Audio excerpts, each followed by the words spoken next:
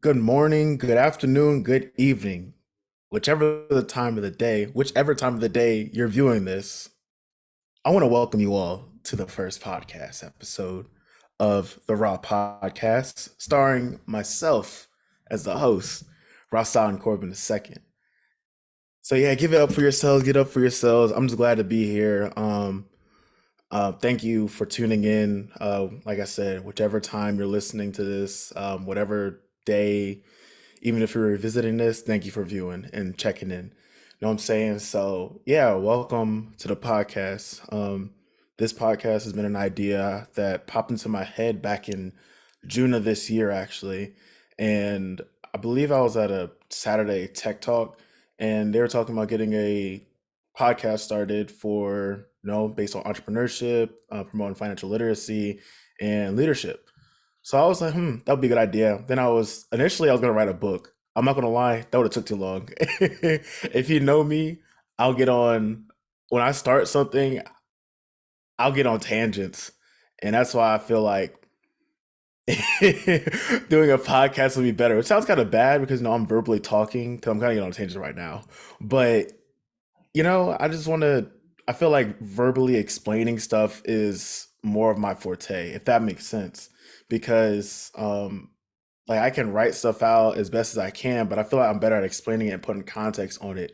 And the way I talk sometimes, it's like I don't know. I put some sort of emphasis. It's hard to emphasize stuff when I'm writing stuff, unless I have emojis, but you can't put emojis in a book. So that's why we're here doing this podcast. So yeah, I came up with this idea back in June, and I wanted to. So the podcast is called the Raw Podcast. I took me like a month to figure out a name because I went through a bunch of list of names, and I was just like, I need something. I want something with my name in it that has an acronym for my brand that I want to start one day. So revolutionizing all of humanity. My goal at the end of the day is to help any and everybody become the best version of themselves, from the lessons I've learned or just lessons I've heard from people. Just want to pass it on to them, if that makes sense. So yeah, it's a raw podcast overview of this. You know what I'm saying? I got like a little outline right here, make sure I stay on track. But like the outline of this podcast or the overview of this podcast, so this is the initial episode. I'm giving you the overview as well as my kind of background story, my hero origin story, as some would say. And basically on this podcast, I'm sharing my experience, and I can only share so much of my experience because for through leadership, because I was only a part of a few organizations throughout undergrad, and I've only had an e-board position, maybe like two of them, or like been heavily a part of two of them. So one of them was Nesby, which I have the poll on right now because I had work today. Where polls to work and stuff. So I was a part of Nesby, but I can only give one side of my Nesby story. Everybody always has their side of the story. No leadership story is, what is the word, monolithic. They're not one sided. Everybody has a different story for why they got into leadership, why they're still going in leadership, and what they want to get out of it. So I can only give my side of it. So I'm bringing these first few groups of people with these interviews are people that I worked with personally and professionally, or got to know personally and professionally, and they've helped me along my journey, whether they know it or not. Even if it was just as small as give me a ride to give me a ride to the meetings. I didn't have a car and I lived in Tallahassee, um, or even if they help me plan an event or help me set up for an event and whatnot, or people I just worked on e-board with, you know, just people that I would consider mentors in a way to that help me out, and I help them out as well on this journey. So I want to make sure they get the light shined on them, and they get their recognition of appreciation for how they helped me and the way I got to where I am today. They played a big part. So that's the overview. I hope I made sense. If anything, what I'm saying, I'll re-explain if necessary if anyone has any questions about it. But about me, before we dive more into the podcast, episodes in the future and more of how it'll go. So, like I said, my name is Rahsaan Corbin II. I'm originally from Delaware County, Pennsylvania. If you don't know where Delaware County, Pennsylvania is, it's right outside of West Philly. So literally probably like a little 5 minute, 10 minute drive until you reach the city state, or I said city state line, the city borderline, you know. Um, so yeah, I grew up there. I lived there until I was 14. So about the end of middle school is when I moved. So I was there till I was 14, like I said. And then I moved to St. Joseph, Michigan with my dad and his fiance at the time, who is now my stepmom. Shout out Miss Angela. She's watching this. And my dad, of course, and all my family. You know, I'll give all those shout outs at the end. But I moved there when I was 14. My first time ever moving out of state. I lived in Pennsylvania. Like I said, all those 14 years of my life from 2001 to 2015, I lived in Pennsylvania all my life. So it was so I lived there until I'm getting off track. So I moved to Michigan when I was 14. I was there my freshman year, my sophomore year, and a few months into the junior year of high school. My junior year of high school, I'm sorry. And then we moved to Bellevue, Washington, which, if you don't know where Bellevue, Washington is, it's right across the bridge from Seattle. It's not that far, like a little 20-minute drive across the bridge, but give or take traffic. So I lived there until I graduated high school out there. So I finished junior year of high school as well as did completed my senior year of high school.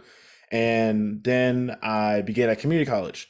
So I started community college at Bellevue College. Shout out to my BC gang. If they're watching this, you know, shout out to you. I hope everybody's doing well. Haven't talked to some of y'all in a little while, but yeah, I just hope everybody's doing good. I see you on Instagram and stuff. So yeah, I started at community college, and I was there for the first full year. So I was still living in Bellevue um, during the time of it, and then I got off track.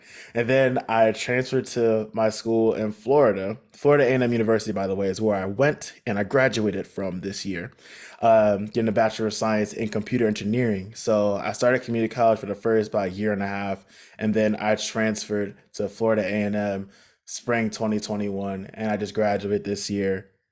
Shout out to all the people that graduated this year, even the past years. You know, college is not the easiest thing.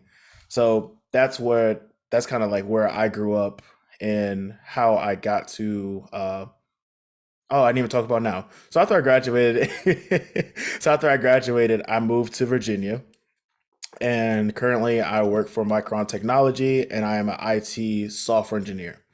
So yeah, that this is I'm living my best life right now. I've been out here for about 3 months, little over 3 months now, and I'm loving it. I'm loving that I have a car, I have a place to live, and I have a job. That's what I keep telling people when they ask me how life is going. So yeah, that's like my little origin story for how I got to where I am today.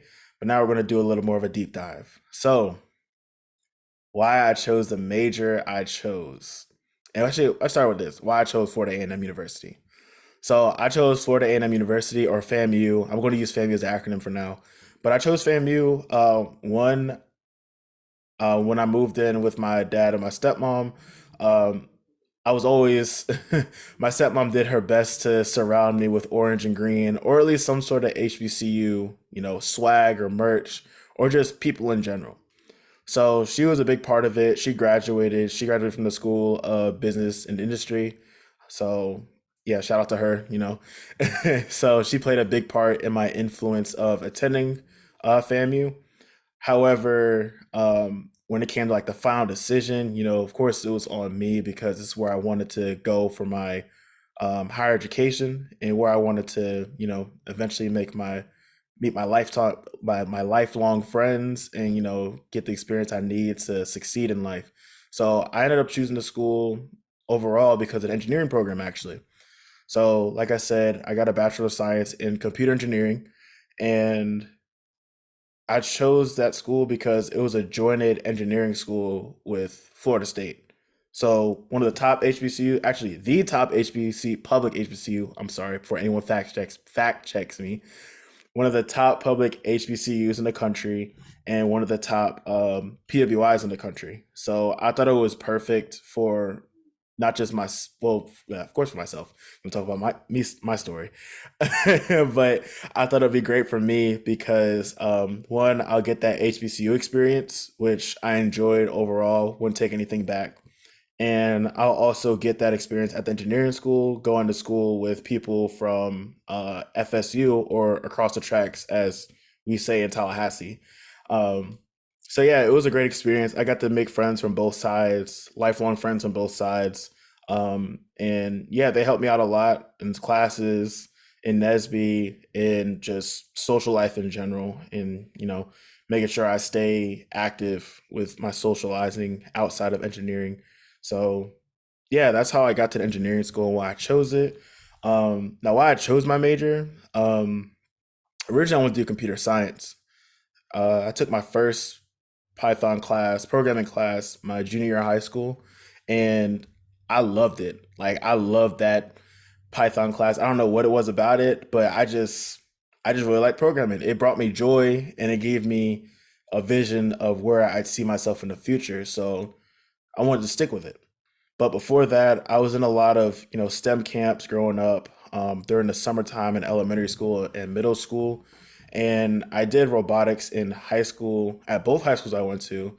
So that helped me stay active, and I'm still friends with a good amount of people I did robotics with in high school because we were a team.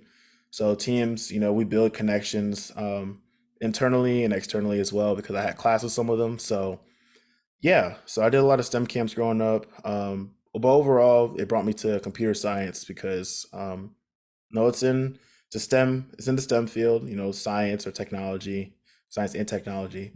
Um, yeah, but I realized I didn't want to do programming all day, which plot twist, that's what I do for my major and for work.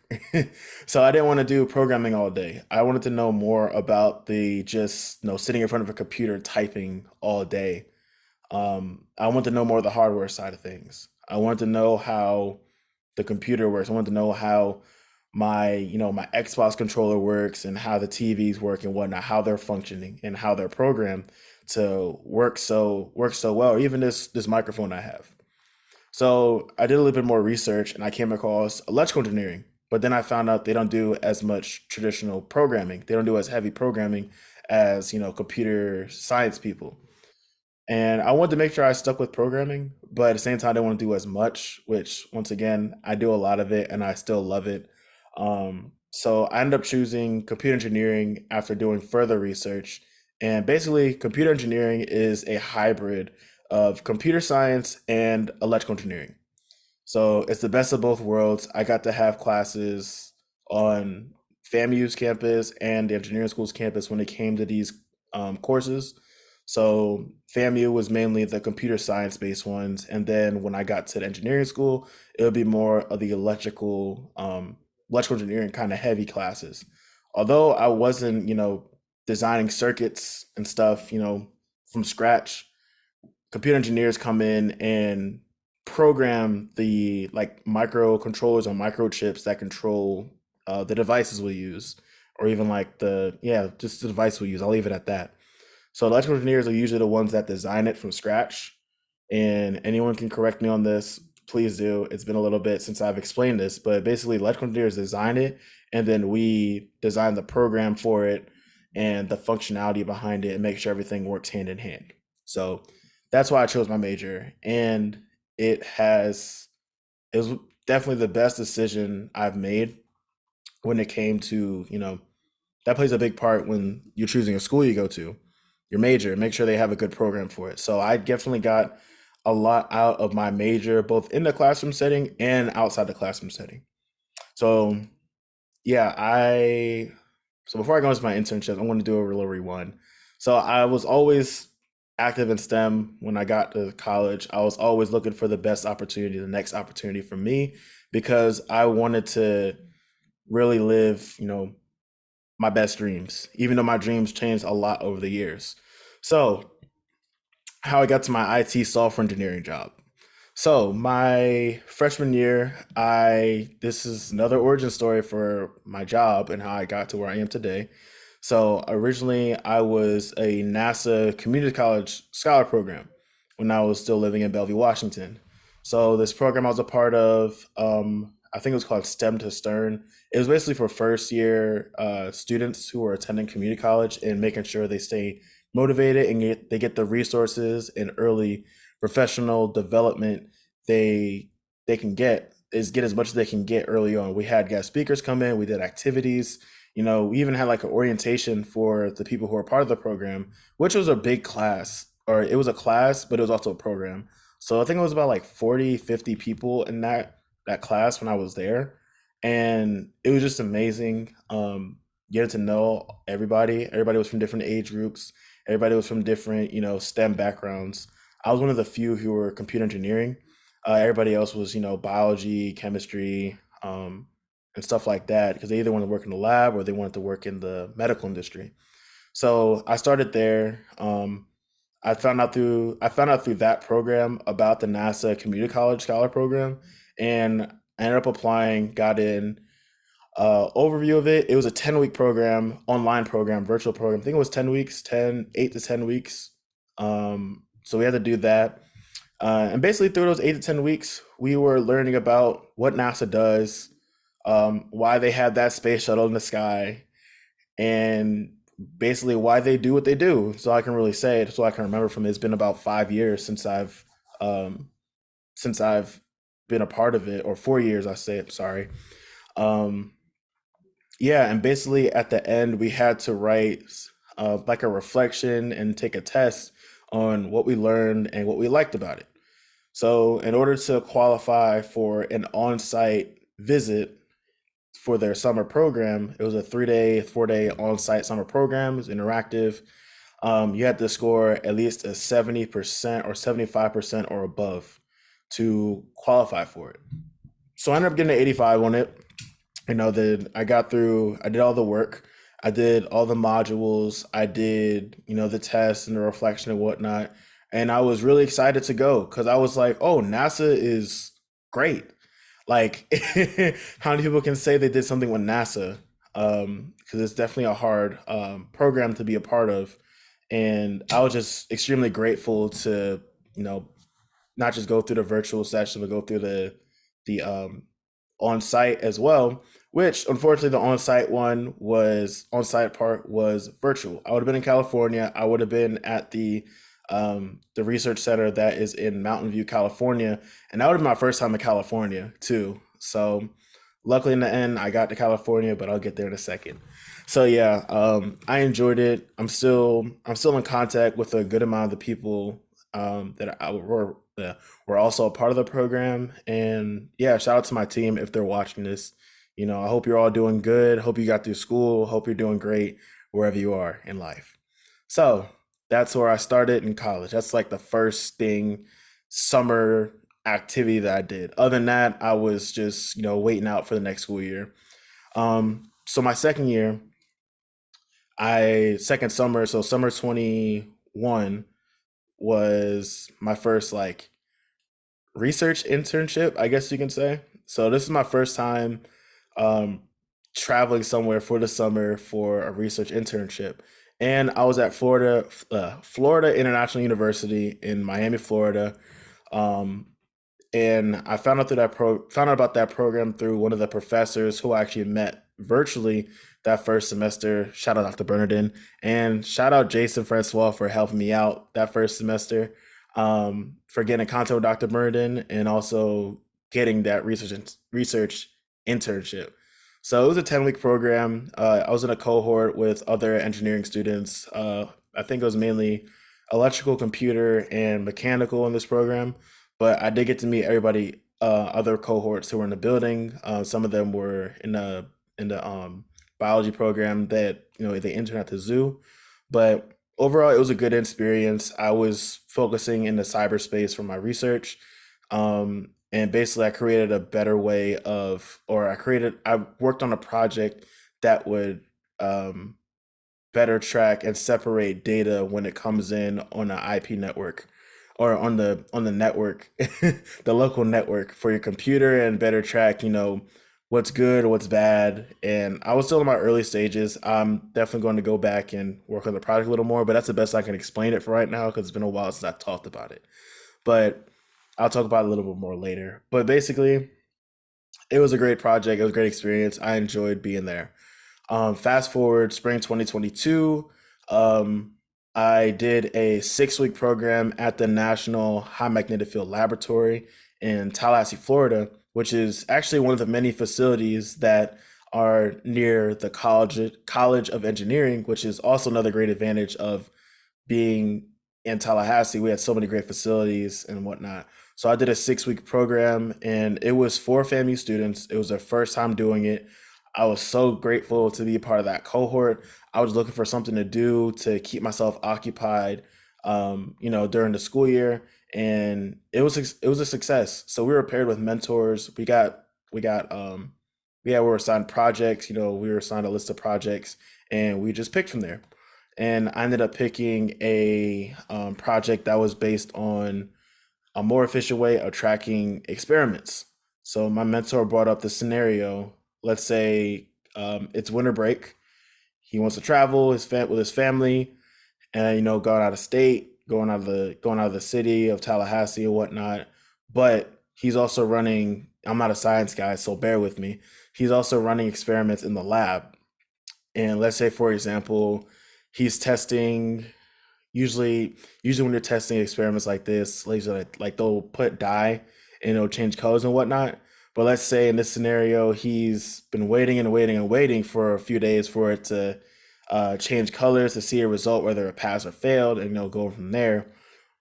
But he also wants to go on vacation, and he doesn't want to be there all the time, checking it 24/7, while constantly going back and forth from home to the lab. So just be at the risk of not finding the results he wants to see, whether that's pass or fail. So basically, what we do, this was a prototype. I made the prototype version. So I set up a program that would have the user type in the amount of times a day, or the frequency from how many times per day they want to kind of take a screenshot of something and automatically send it to the user. So it'll be connected to their phone from the computer, and it'll be their email or phone number, just texting, picture results. So you would have the amount of times per day you want to do it and how often you want to do it. So like every 5 minutes, every 30 minutes for like 5 hours or whatnot. So that's what I did. It was a great program. We ended up getting to present at the end, and we also got many tours too, and of the Mag Lab, and we heard from a lot of speakers within the facility as well who were grad students, and they seem like they're enjoying it, and I'm glad they're doing, what they love.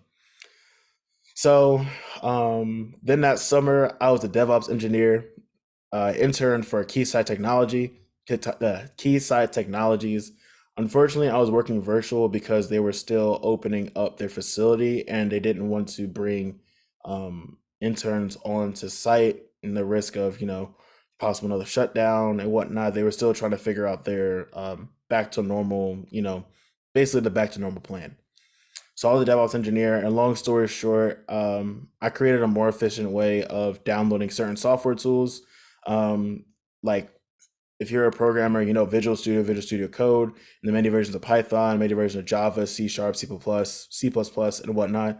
Basically, all these tools, originally they were doing them all manually.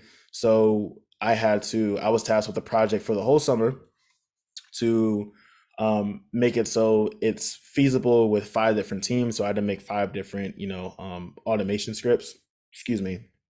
And because every team was different for what they required for their projects for their team. So I worked on that. Great summer, very successful summer. And that then led me to, I don't want to be biased, say one of my favorite summers, because this is my first time traveling for like a corporate internship.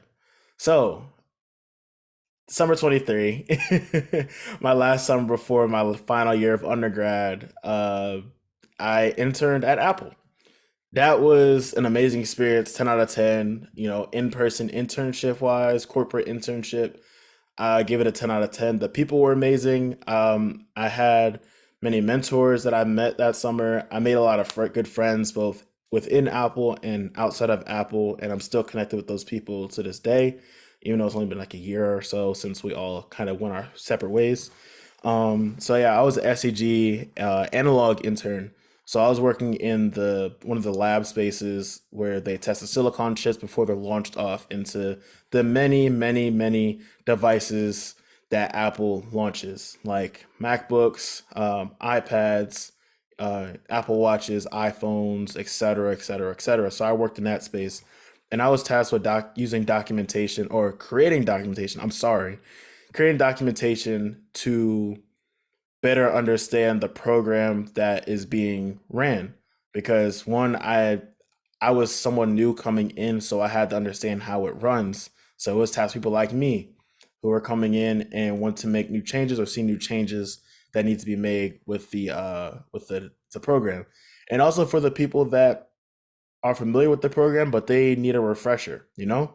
Because everybody needs a refresher. Even professors need refreshers when it comes to teaching courses because, they teach it so much, they might have to remember how they do certain parts if they need to break something down to like the smallest minute atom, you know? So yeah, that was a great summer. I was working in California. Got to present at the end of the summer to the two teams that were based out of California, the site I was working at, as well as Austin, Texas. And now I am an IT software engineer at Micron Technology. It's a great story. Well, hope it was a great story. I know I ramble sometimes, but I'm just grateful to be here. You know, um, this engineering journey was definitely long, treacherous, and it was definitely one that tested, my patience, my skill set, as well as, my willingness to learn. It's there's a lot of bumps in the road. Everybody has bumps in the roads, but engineering was definitely like one of my greatest character development origin stories, I guess you can say, for when it comes to me pursuing my career. That played a vital part with me getting here. And also, if you don't know about Micron Technology, they are a manufacturing semiconductor, silicon chip manufacturing company. So they're not like a traditional like I don't want to say traditional tech company where they work on specific devices, but we work on the chips for those devices. So, we ship them off. They have a lot of customers, and I work on the IT side of things. And when you hear IT, you usually hear like help desk. Basically, I'm the help desk for the fabrication facility that continues to run, um, that runs 24/7. Basically, it runs 24/7, and if anything happens to it, even for 5 minutes, that's loss in revenue for the company and doesn't really look good externally to our customers because it can ruin integrity as well as confidentiality with, them wanting to come back to us because we always want to keep the customer satisfied while also making sure the safety within the company internally goes well too. So yeah, I'm on the IT side of things. So my team, we support all the software tools that are used within the fabrication facility. I'm on the team, or the specific domain group that I'm a part of. I work, and myself and one other person, we work on supporting the tool that is used for testing the quality as well as, taking the measurements and making sure everything's running smoothly within the part where it's checking to make sure the die was, or the dye that's used to for the for the silicon chip is used properly and we're getting the right results we need, as well as making sure when it's put into the next phase, it's I don't want to explain too much because there's only so much I can explain, but basically we support the quality control, not the quality control, we make sure the measurements and whatnot are perfect because they got to be perfect for the customer. They got to be perfect for all of us, so we have a happy life, and we continue using these wonderful devices that we have. So yeah. But that only plays one part of my journey of getting here. Um, the next one I want to dive into is leadership, which is the whole idea of this podcast. So I want to do my best to make this long story short with this story, because I don't want to stay here forever, and I want to make sure I get to the last few points I have on my outline that's to the left of me. So Some people at FAMU, most people knew me as the person that was always in Nesby. And, most people think I started out as programs chair, which I initially did with Nesby. I started out with programs chair for my first year. I actually ran for that position my first semester at FAMU, not really knowing what I was getting into because I didn't really know about Nesby. I was still learning because at first when I heard about it, I was like, oh, this is a great, organization for Black engineers to stay connected and whatnot. But I grew to as the years went on and I grew in my leadership development and I kind of like traditionally went up in the ranks of, from programs chair to president, I grew to love the organization. I love the mission that we stand for. I'm not going to say it right now, but I love the mission that we stand for. And I just love the community that came about the mission because we all want to see this world become a better place through our individual skill set as well that leads to our group skill set and mindset and whatnot to continue to progress in the world for our fellow collegiate members, whether they're undergrad or grad school, while also reaching down and helping out the K through 12 students or the AKA the pre collegiate initiative students or Nesby Junior, I'll say. So I'll start with program share is where I started within Nesby. And then I went on to become the FAMU recruitment chair the following year. And I was FAMU recruitment chair for until the first few months into following school year. And then the the vice president before me had stepped down. Um, I'm not going to go into, there was personal issues he was going through on the side. So, he wanted to take a step back and making sure he handles those issues while not having like the full on responsibility of Nesby of it on his back, I guess you can say.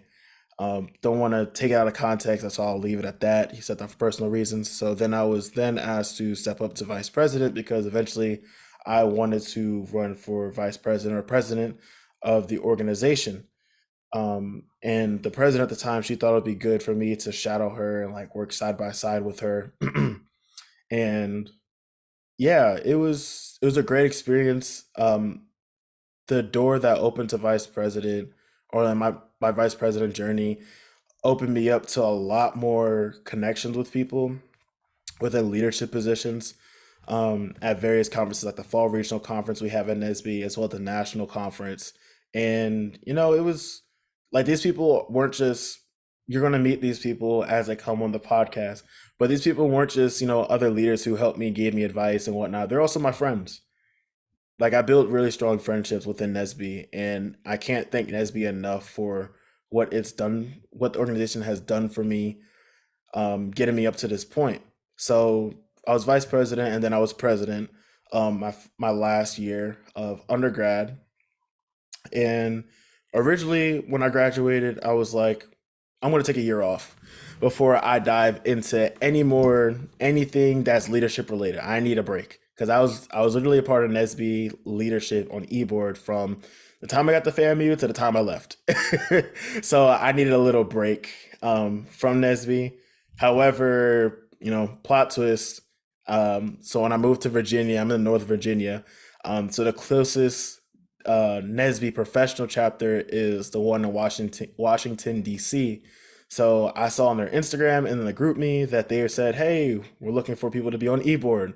You want to join? Here's the link. Sign up. All that." Few weeks go by, I get an email back saying I was appointed as membership chair. So I am back within Nesby. In case you haven't seen, the LinkedIn post I put about a week or two ago, I am back on Nesby eBoard. I'm still active in the organization, and I'm looking forward to the growth that I have that I will attain this year and the many friendships and connections I'll make through this year. So yeah, now I'm professional chair. Not professional chair. I'm a part of the professionals chapter, and I am the membership chair.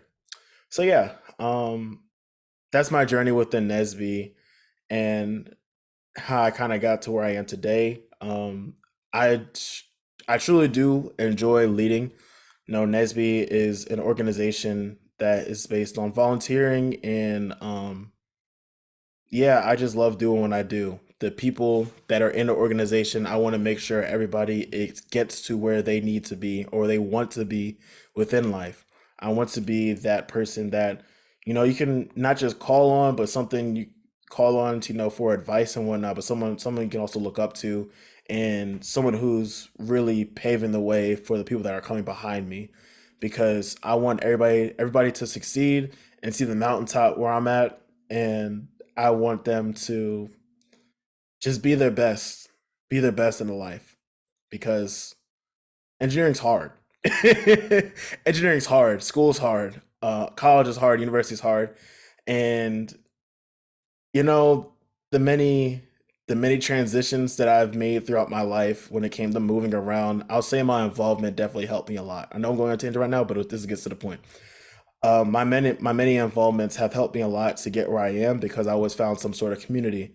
When I changed high schools, I was still a part of robotics, and that helped me build or stay on top of like me being socializing, and also did sports as well. I was into weight training, so I made a lot of friends through that. So that helped me throughout high school, and then when I got to college, I found Nesby, and Nesby found me. I got involved, and now Nesby is helping me once again with through this transition to my professional through my professional life, I guess you could say. So that's me now. However, people don't know the real origin story of where it started for my leadership. So my leadership journey started in high school, actually, a few months into me moving to my school in Bellevue, Washington, Swamish High School. Um, so yeah, there was an like I said, this was a few months into the school year, few months into me moving there. So it was around the end of January, beginning of February, I want to say.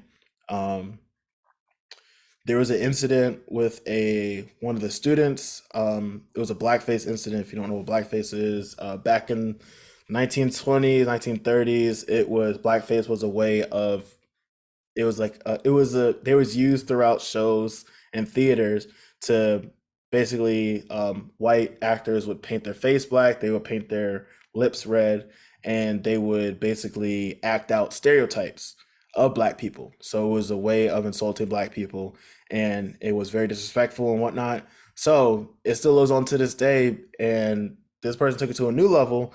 So they painted their face black and they posted it on Snapchat or sent it to someone on Snapchat. Someone had a screenshot of it and her face was black. She took a picture. She said, "Hey guys, look, I'm black." I'm paraphrasing. "Hey, I'm black now. Does that mean I can say the N word?" And then she said the N word, the full six letters with the ER and everything. And that was buzzing around the school. And at first, it didn't process with me because when I found out about it, I was trying to leave. And by the time I found out about the incident and have time to process what was going on, because I had to catch the bus that was right outside and to get home.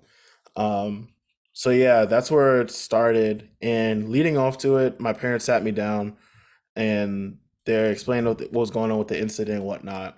And then after they sat me down, talked to me about this, that's when I logged on to Instagram and Snapchat, and there was a lot of back and forth on both sides, and they were both getting verbally violent as well as verbal violence leading to you know threats towards the person. And I was like, let me word this properly. I understand the anger. However, I just got to this school. I just got to this school. I don't want to see this on the news, and I want to make sure we're handling this the best way possible. So, after I had that idea, or after seeing everything, I talked to my dad about what we could do, or what something I could do.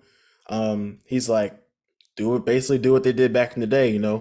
Get the school's attention, show that the students are uniting and want to fix this issue so it doesn't happen again. So I was like, that's perfect. So then I hit up or texted someone else who was also at the school, another black student, and I told him the idea. I'm like, we got to do something about this. We can't just let this slide. I don't want this to happen anymore. I don't want, I want everybody to come to school happy and live in a safe environment and whatnot. So I had the idea, he had the people, is what I like to say. He was also new to the school, but he was there since the beginning of the school year, so he knew more people, and he's also from the Seattle area. So I had the idea, he knew the people. So basically, we got the idea. We then formed a group chat. I pitched the idea to the people, and we basically staged. We not staged. We started a protest the following day, or demonstration, as one would say, demonstration outside of school, before school. We all met up before, and yeah, I can't remember how many people were out there. I want to say it was at least 30 to 40 people, but I know the crowd eventually grew with how many people we had with who were coming to support. So basically, that day we staged the protest for school, and then I believe it was, I think the bell rang at 8:30 this year, and then it changed to 8 o'clock. So the bell rang at 8:30, and we were all like, "Oh, we got to go to class. Got to go to class." However, one of the teachers in the school was guiding us back to a classroom where we all put our stuff, our backpacks and whatnot. They said, "Hey, can everybody come to this classroom? Da, da, da, da, da. We want to, address this issue with you guys not one on one, but like the teachers and the admin to, the students." So we were all in the classroom, talking, talking, talking, and then two or three individuals walk in, and they're rushing in backpacks and everything, you know, and they put their stuff down and they got the business. They said, "We like what you guys are doing." I'm vividly, I'm trying my best to remember the story, but basically they were like, "I like the stuff you're doing, and we want to help." Long story short, it was the diversity, equity, and inclusion department. And at the time, I never heard of, diversity, equity, inclusion department before. It was my first time hearing about it. And I was just like, whoa, what is this? So they basically helped us with our next steps.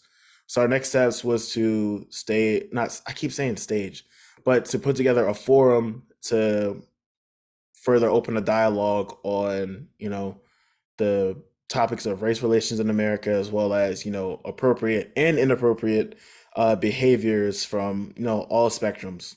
And eventually it opened up a can of worms to, more people coming forward, explaining their issues, and we explaining their personal issues, sharing their stories.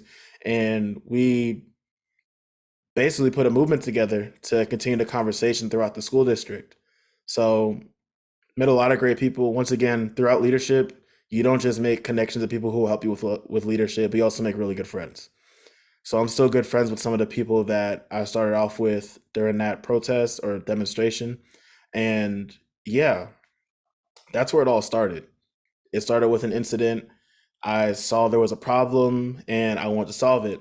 It's kind of funny because I'm an engineer now and that's what I do. I find a problem and I solve it. So yeah, that's where it all started. And then I became the vice president of the Black Student Union, and I got involved with an organization called, or club called, Students Organized Against Racism. And I eventually became the president. And let's see what else. Oh, and then I was also on the student government. We called it the Associated Student Body Council. It was a group of five people. We had an advisor, and we had a few advisors actually. Shout out to them. Uh, so yeah, we were over planning assemblies, making sure all the class representatives, are um, working on their engagement with their separate class, freshmen, sophomore, juniors, seniors, and whatnot. Putting together assemblies, putting together, like put together a Veterans Day assembly my dad spoke at. Shout out dad. And we also did a sorry, I'm trying my best to remember. We also did an assembly for Dr. Martin Luther King Jr. Day too, leading up to that. So yeah, that's where we did a lot more too. We approved budgets, we approved events and whatnot. So that's the best I can remember from high school. It feels so long ago, even though it was only about almost 5.5 years ago. So yeah, that's where I started with my leadership journey in high school. And then it just followed me up until then. So yeah, I hope this answered everybody's question and got to know me a little bit better. So yeah, now we're going to dive into some of the miscellaneous questions, not miscellaneous questions, but some of the questions that I got when I posted on my Instagram what topics you wanted me to talk about.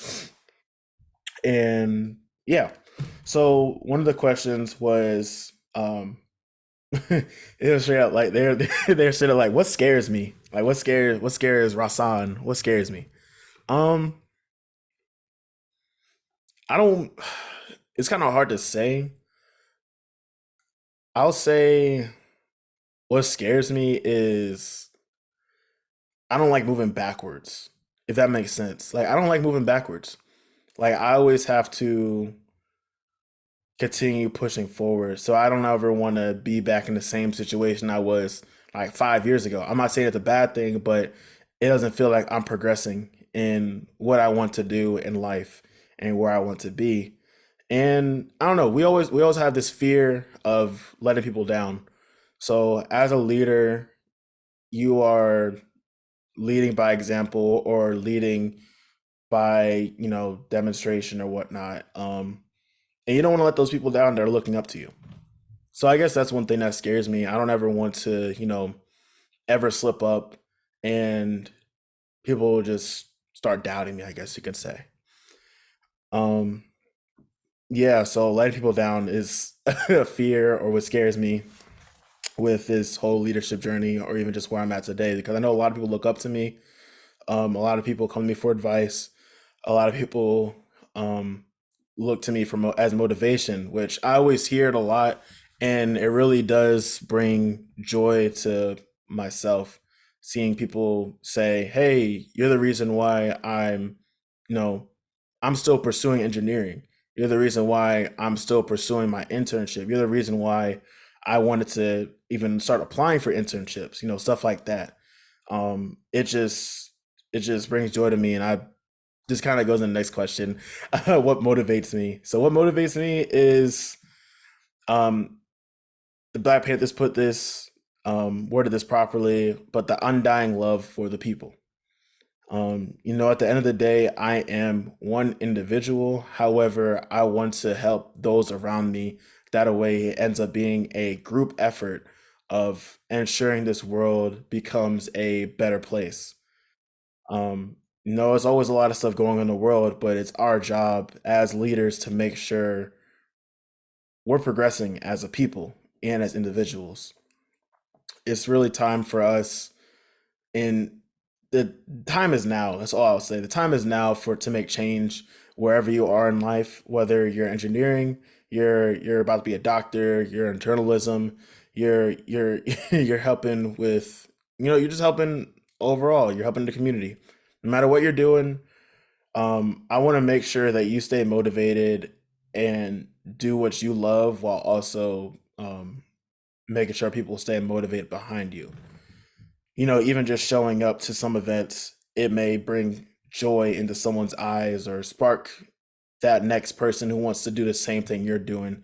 That way, when you move on to your next task, your next mission, your next journey, you have someone behind you taking over for you and potentially doing better. I hope they do better as well because that leads to progression too. So that what motivates me, the undying love for the people and just seeing all of us progress and whatnot. I love that, I love that we can all reap what we sow and enjoy the fruits of our labors while we're still here present in this day and age because I believe giving people flowers while they're still here is very important, both in the physical and like physical in this world as well as physical while they're still in the same space as you and whatnot. So that's what motivates me. I really do love the people. Y'all keep me going. Y'all the reason why I'm still putting out stuff like this. This is volunteer work. I'm not getting paid for this. This is me speaking from the heart. This is me wanting to do something to really benefit society and the people around me. So yeah, that's what motivates me. And one other thing I want to touch on is mentorship. So mentorship plays a big role in everybody's life, whether you know it or not. Even if it was just your parents who helped you get through what you got through in life, that's considered mentorship. Mentorship helps you get to that next level. They're those people that can fill in those gaps you might be missing. You know, I've had a lot of mentors throughout my life, and I've the numbers have just grown and grown over the years throughout undergrad, when I was in high school, etc. And I want to give, it's going back to my guest who I'm getting on the show. I want to give these people their platform, a platform for them to potentially become mentors for people who may resonate with something they said or part of their journey that they went through that they're explaining on this. I'm always open to mentorship. However, like I said, I'm only one man, and I don't want to do this journey alone with making sure this world becomes a better place as the time goes on. So, yeah, mentorship. I've had many mentors throughout my life, like I said, and I want to give the privilege to the people that I had growing up. You know how you like hear your parents, they'll say, I want to give you the stuff that I didn't have growing up. Well, this shows, we're progressing. I want to give people the stuff that I had growing up. Because without these mentors, I wouldn't be where I'm at right now. And even when people ask me, would I change anything from high school, college and whatnot? No, I wouldn't change anything. I have regrets, but I wouldn't change anything because I wouldn't be the person I am today. I wouldn't be where I am today. And possibly even doing this podcast, I wouldn't be doing this podcast today. So, mentorship plays a big role in everybody's lives, professional journey. And even if it's beyond this podcast, I want you to make sure you find your mentor. Even if it's just a professor, professors have helped me. Um, one of them was the reason why I got to the many opportunities, professional development opportunities I got when I was in school, and even mentors in high school who helped me throughout my leadership journey as well and technical journey, figuring out what I wanted to do. You know, yeah. So that's all I have for right now. I hope you all enjoyed this episode.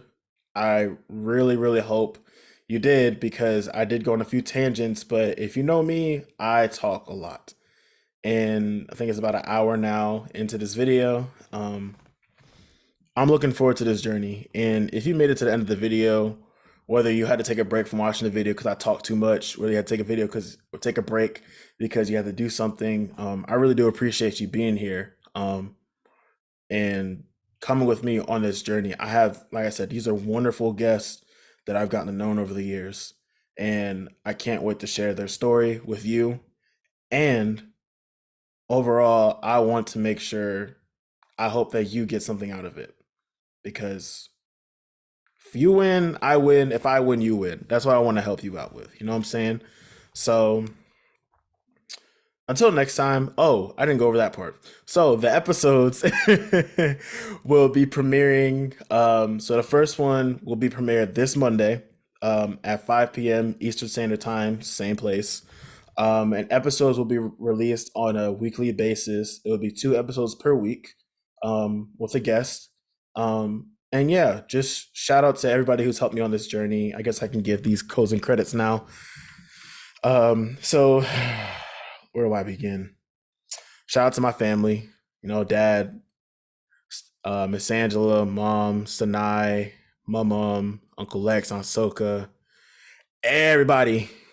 I can't go to everybody, but I'm just gonna say shout out to the family for getting me and being my support system where I am today. Shout out to all my friends, many, many, many, many, my many, many, many, many, many, many, many, many, many, many friends that I've met throughout the years and who have helped me a lot along this journey, keep me motivated, keep me grounded, and making sure I stay on top of my stuff so I become a better person. And shout out to all the mentors that I've had. I shout out a few. Um,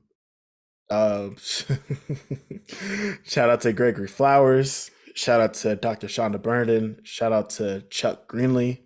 Shout out to Kendall Flores. Shout out to Malachi Battles. Shout out to Avery Lane. Shout out to the founders of Nesby. Shout out to, no, shout out to y'all. That's all I'm saying.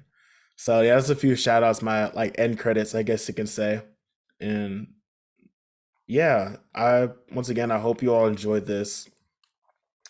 Um yeah, that's all I can say. I'll probably do a part two on this, in case there's any information I missed or if any updates in like life I want to give for my professional journey.